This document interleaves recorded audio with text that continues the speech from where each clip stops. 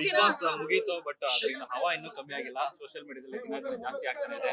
ಇಂದು ಮತ್ತೆ ಚೈತ್ರ ಕುಂದಾಪುರ ಅವ್ರದ್ದು. ಸೊ ಈ ವಿಚಾರದ ಬಗ್ಗೆ ನಿಮ್ಮ ಪ್ರತಿಕ್ರಿಯೆ ಏನು ಅಂತ? ಏನಾಗಿದೆ? ಪರಚಾಟದ ಬಗ್ಗೆ ಮಾತಾಡಿದ್ರಿ. ಸೊ ಅದಕ್ಕೆ ಅವ್ರು ಕೌಂಟರ್ ಕೊಟ್ಟಿದ್ರು. ಅಲ್ಲ, ನಾನ್ ಆಕ್ಚುಲಿ ಎಲ್ಲಿನೂ ಕೂಡ ನನ್ನ ಫೇಸ್ಬುಕ್ ಅಲ್ಲಾಗ್ಲಿ ಅಥವಾ ನನ್ನ ಸೋಷಿಯಲ್ ಮೀಡಿಯಾದಲ್ಲಾಗ್ಲಿ ನಾನು ಎಲ್ಲೂ ಕೂಡ ಅವ್ರ ಹೆಸರನ್ನ ಹೇಳಲೇ ಇಲ್ಲ. ಮತ್ತೆ ಯಾರಿಗೆ? ಸೊ ಹಾಗಾಗಿ ಅದು ಹೇಗೆ ಸ್ಪ್ರೆಡ್ ಆಗ್ತಿದೆ ಅನ್ನೋದು ನನಗೆ ಗೊತ್ತಿಲ್ಲ. ಸೊ ನನ್ನ ಸೋಷಿಯಲ್ ಮೀಡಿಯಾದಲ್ಲಿ ನನಗೆ ಯಾರು ಪರಿಚಿದ್ದಾರೆ ಅನ್ನೋದನ್ನ ನಾನು ಕೇಳಿದ್ದೀನಿ ಅಷ್ಟೇನೆ. ಸೊ ಯಾಕೆಂತಂದ್ರೆ ಬಿಗ್ ಬಾಸ್ ಅಲ್ಲಿ ಎಷ್ಟು ತೋರಿಸಿದ್ದಾರೆ ಎಷ್ಟು ತೋರಿಸಿಲ್ಲ ಅನ್ನೋದು ನನಗೆ ಗೊತ್ತಿಲ್ಲ.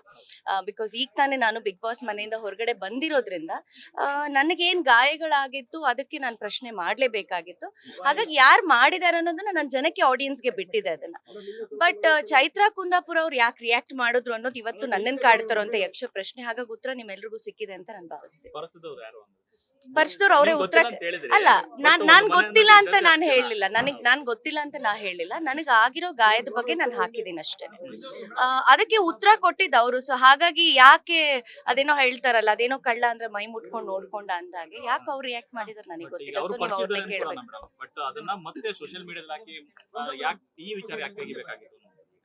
ಅಲ್ಲ, ನನ್ನ ಸೋಷಿಯಲ್ ಮೀಡಿಯಾದಲ್ಲಿ ನಾನು ಹಾಕಿದ್ದೀನಿ ಅಷ್ಟೇ. ನನಗಾದಂತ ಗಾಯಗಳು ನನಗಾದಂತ ನೋವಿನ ಬಗ್ಗೆ ನಾನು ನನ್ನ ಸೋಷಿಯಲ್ ಮೀಡಿಯಾದಲ್ಲಿ ಹಾಕೊಳ್ದೆ. ಈಗ ನಾನು ಹೊರಗಡೆ ಬಂದು ಅದನ್ನ ಪ್ರಚಾರ ತಗೊಳ್ಳುವಂತ ಅವಶ್ಯಕತೆ ನನಗಿಲ್ಲ. ನನಗಾದಂತ ನೋವು ನನಗಾದಂತ ಗಾಯದ ಬಗ್ಗೆ ನಾನು ಹೌದು ತೆಗೆದು ಹಾಕಿದ್ದೀನಿ. ಈಗ ನಾನು ನಿಮ್ಮೆಲ್ಲರ ಮುಂದೆ ತೋರಿಸ್ತೀನಿ ಇದನ್ನ. ಈಗ ನನಗಾಗಿರೋ ಅಂತದ್ದು, ಯಾಕಂದ್ರೆ ನಾನು ಒಬ್ಬ ಕಲಾವಿದೆ ಆಗಿರೋದ್ರಿಂದ ಈಗ ನನ್ನ ಕಾಲ್ಗಳಲ್ಲೇ ಆಗ್ಬೋದು. ಈಗ ನಾನು ಅದನ್ನ ತೋರಿಸ್ಲೇಬೇಕಾಗತ್ತೆ. ಈಗ ಅದನ್ನ ಬಿಗ್ ಬಾಸ್ ಅವ್ರು ಹೊರಗಡೆ ತೋರ್ಸಿರ್ಲಿಲ್ಲ. ಏನ್ ಹೊರಗಡೆ ತೋರ್ಸಿರ್ಲಿಲ್ಲ, ಯಾಕೆಂದ್ರೆ ನಾನ್ ಬಿಗ್ ಬಾಸ್ ಇಂದ ಬಂದ್ಮೇಲೆ ಎಷ್ಟೋ ವಿಚಾರಗಳು ಅಲ್ಲಿ ಆಗಿರೋದೇ ಒಂದು, ಬಟ್ ಹೊರಗಡೆ ಬಂದಿರೋದೇ ಇನ್ನೊಂದು, ಮತ್ತೆ ಅದನ್ನ ಪ್ರೊಜೆಕ್ಟ್ ಮಾಡಿರೋ ರೀತಿನೇ ಬೇರೆ.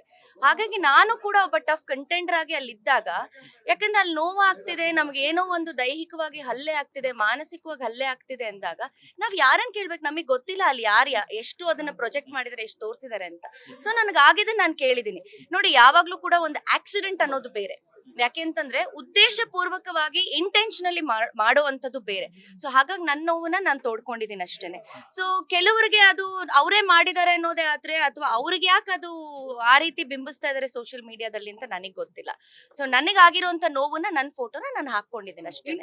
ಎಲ್ಲೂ ಕೂಡ ಅಲ್ಲ, ಯಾರದಕ್ಕೆ ಉತ್ತರ ಕೊಡ್ತಿದ್ರೆ ಅಂತ ಅಂದ್ಮೇಲೆ ಒಂದ್ ನಿಮಿಷ ಮೇಡಮ್, ಮೇಡಮ್ ಈಗ ಅಲ್ಲಲ್ಲ ಒಂದ್ ನಿಮಿಷ.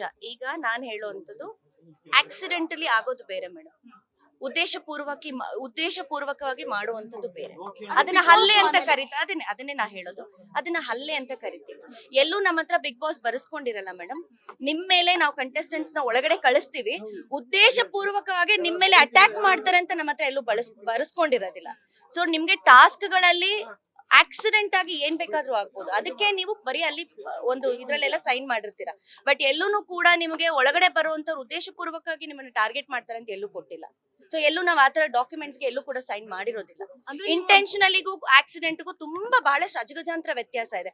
ಈಗ ನಾವು ರೋಡಲ್ಲಿ ಹೋಗ್ಬೇಕಾದ್ರೆ ನಾವು ಒಬ್ಬರ ಮೇಲೆ ಬೇಕು ಅಂತ ಹೇಳಿ ಅಟ್ಯಾಕ್ ಮಾಡೋದನ್ನ ಏನಂತ ಹೇಳ್ತಾರೆ ಮೇಡಮ್? ಮೇಡಮ್, ನಾನು ಅದನ್ನೇ ಹೇಳ್ತಾ ಇರೋದು. ಈಗ ಆಟದ ಬರದಲ್ಲಿ ನಾವ್ ಎಷ್ಟೋ ವಿಚಾರಗಳನ್ನ ಮಾಡ್ತೀವಿ ಮೇಡಮ್, ಆಟದಲ್ಲಿ ಗೊತ್ತಿಲ್ಲದೆ ಆಗುವಂತದ್ದು. ಬಟ್ ಗೊತ್ತಿದ್ದು ಬೇಕು ಅಂತ ಮಾಡೋದನ್ನ ನೀವ್ ಏನಂತ ಉತ್ತರ ಕೊಡ್ತೀರಾ ಅದಕ್ಕೆ ಕೊಡಿ. ಈಗ ಅದನ್ನ ನಾನು ಹೇಳೋದಿಲ್ಲ ಮೇಡಮ್. ಯಾರದನ್ನ ಮೈ ಪರ್ಚ್ಕೋತಾರೆ ನೀವು ಅವರನ್ನೇ ಕೇಳಿ. ಅಲ್ಲಲ್ಲ, ಒಂದ್ ನಿಮಿಷ. ನನಗಾಗಿರುವಂತ ಗಾಯದ ಬಗ್ಗೆ ನಾನು ಹಾಕೊಂಡಿದ್ದೀನಿ, ಕರೆಕ್ಟ್. ಬಟ್ ನಾನು ಎಲ್ಲೂ ಕೂಡ ಇಂಥವ್ರು ಮಾಡಿದಾರೆ ಅಂತವ್ರು ಮಾಡಿದಾರೆ ಅಂತ ಹೇಳಿಲ್ಲ. ಅದಕ್ಕೆ ಯಾರು ಪ್ರತಿಕ್ರಿಯೆ ಕೊಟ್ಟಿದ್ದಾರೆ ದಯವಿಟ್ಟು ಅವ್ರನ್ನ ಉತ್ತರ ಕೇಳಿ. ಅಲ್ಲ, ನಾನು ಹೇಳಲೇಬೇಕಲ್ವಾ ಮೇಡಮ್? ಯಾಕೆಂದ್ರೆ ನಾನು ಹೊರಗಡೆ ಬಂದ್ಮೇಲೆ ಅಲ್ವಾ ನಾನ್ ಕೆಲವು ವಿಡಿಯೋಸ್ ನ ನೋಡ್ತಾ ಇರೋಂಥದ್ದು. ನಾನ್ ಯಾಕೆ ಇದಕ್ಕೆ ಪ್ರತಿಕ್ರಿಯೆ ಕೊಟ್ಟಿದ್ದೀನಿ ಅಂದ್ರೆ, ನಾನ್ ಬಿಗ್ ಬಾಸ್ ಇಂದ ಹೊರಗಡೆ ಬಂದ್ಮೇಲೆ ನಾನ್ ಕೆಲವು ವಿಡಿಯೋಸ್ ನ ನೋಡ್ತೀನಿ. ನಾನ್ ನೋಡಿದಾಗ ನನ್ನ ಮೇಲೆ ಸುಳ್ಳು ಆಪಾದನೆಗಳನ್ನ ಹಾಕ್ಬೇಕಾದ್ರೆ ನಾನು ಅದಕ್ಕೆ ಉತ್ತರ ಕೊಡ್ಲೇಬೇಕು ಮೇಡಮ್. ಈಗ ನಾನ್ ಬಿಗ್ ಬಾಸ್ ಇಂದ ಹೊರಗಡೆ ಬಂದ್ಮೇಲೆ ನಾನ್ ಯಾರ ಮೇಲೂ ಆರೋಪ ಹೊರಿಸ್ಲಿಲ್ಲ. ನಾನ್ ಈ ಹಿಂದೆ ಬಂದು ನಾನ್ ಕೆಲವು ವಿಡಿಯೋಸ್ ನ ನೋಡಿದಾಗ ಯಾಕೆ ನನ್ನ ಹೆಸರನ್ನ ಕೆಲವ್ರು ತಗೊಂಡಿದ್ದಾರೆ ಅನ್ನೋ ನನಗೆ ಆಸೆ ಆಯ್ತು. ಬಿಕಾಸ್ ಅದು ಕೂಡ ಅವ್ರು ಈಗ ನನ್ನನ್ ಪ್ರಶ್ನೆ ಮಾಡಿದಾಗೆ ಆಟದ ಬರದಲ್ಲಿ ಆಗಿದೆ ಅನ್ನೋದೇ ಆದ್ರೆ, ಕೆಲವು ವ್ಯಕ್ತಿಗಳು ಹೊರಗಡೆ ಬಂದು ಯಾಕೆ ನನ್ನ ಹೆಸರನ್ನ ತಗೊಳ್ತಾ ಇದಾರೆ ಅದ್ ನನಗೆ ಆಸೆ ಆಯ್ತು. ಸೊ ಅದೆಲ್ಲೋ ಒಂದ್ ಕಡೆ ನನ್ಗೆ ಮನೆ ಒಳಗಡೆನು ಪರ್ಸನಲ್ ಟಾರ್ಗೆಟ್ ಅಂತ ಅನ್ನಿಸ್ತು, ಮನೆ ಹೊರಗಡೆನು ಕೂಡ ಬಂದು ನನ್ ಮೇಲೆ ಅಪಪ್ರಚಾರ ಮಾಡ್ತಿದಾರೆ ಅಂತ ನನಗೆ ಅನ್ನಿಸ್ತು. ಹಾಗಾಗಿ ನನಗಾಗಿರುವಂತ ಗಾಸಿಗಳ ಬಗ್ಗೆ ನಾನು ಫೋಟೋ ಹಾಕೊಂಡಿದ್ದೀನಿ. ಹೌದು, ಸೊ ಮನೆ ಒಳಗ್ ಕೂಡ ಸಪೋರ್ಟಿವ್ ಆಗಿದ್ರು, ಹೊರಗಡೆ ಬಂದ್ಮೇಲೆ ಕೂಡ ನಿಮ್ ಪರವಾಗಿ ಕಮೆಂಟ್ ಮಾಡಿದ್ರು. ಸೊ ಚೈತ್ರ ಅವರು ಅದಕ್ಕೆ ಮತ್ತೆ ರಿಯಾಕ್ಟ್ ಮಾಡಿದ್ರು. ಸೊ ಇದ್ರ ಬಗ್ಗೆ ಮೇಡಮ್, ಅವ್ರ ರಿಯಾಕ್ಷನ್ ಬಗ್ಗೆ ನಾನು ಏನೂ ಮಾತಾಡಲ್ಲ. ಯಾಕೆಂತಂದ್ರೆ ಅವ್ರು ಏನಕ್ಕೆ ರಿಯಾಕ್ಟ್ ಮಾಡಿದ್ದಾರೆ, ಯಾಕೆ ರಿಯಾಕ್ಟ್ ಮಾಡಿದ್ದಾರೆ ಅನ್ನೋದು ನನಗೆ ಗೊತ್ತಿಲ್ಲ. ನನ್ನ ಪೋಸ್ಟ್ ನನಗೆ ಈ ರೀತಿ ಗಾಯ ಆಗಿರೋದನ್ನ ಅಷ್ಟೇ ನಾನು ಹಾಕೊಂಡಿರೋದು. ಎಲ್ಲೂ ಕೂಡ ನಾನು ಯಾರ ಹೆಸರನ್ನು ಕೂಡ ಹಾಕೊಂಡಿಲ್ಲ. ಸೊ ಇದಕ್ಕೆ ಉತ್ತರವನ್ನ ಅವ್ರು ಯಾಕೆ ಕೊಡ್ಬೇಕು? ಇಷ್ಟೇ ಸಿಂಪಲ್ ಆಸ್ ದಟ್. ನನಗಾಗಿರುವಂತ ನೋವನ್ನ, ನನಗಾಗಿರುವಂತ ಗಾಯಗಳನ್ನ ನಾನು ಫೋಟೋ ತೆಗೆದು ಹಾಕೊಂಡಿದ್ದೀನಿ ನನ್ನ ಸೋಷಿಯಲ್ ಮೀಡಿಯಾದಲ್ಲಿ. ಬಟ್ ಎಲ್ಲಾದ್ರೂ ನಾನು ಯಾರ್ದಾರು ಹೆಸರುಗಳನ್ನ ಹಾಕೊಂಡಿದ್ದೀನ? ಯಾರ್ದು ಹೆಸರು ಹಾಕಿಲ್ಲ.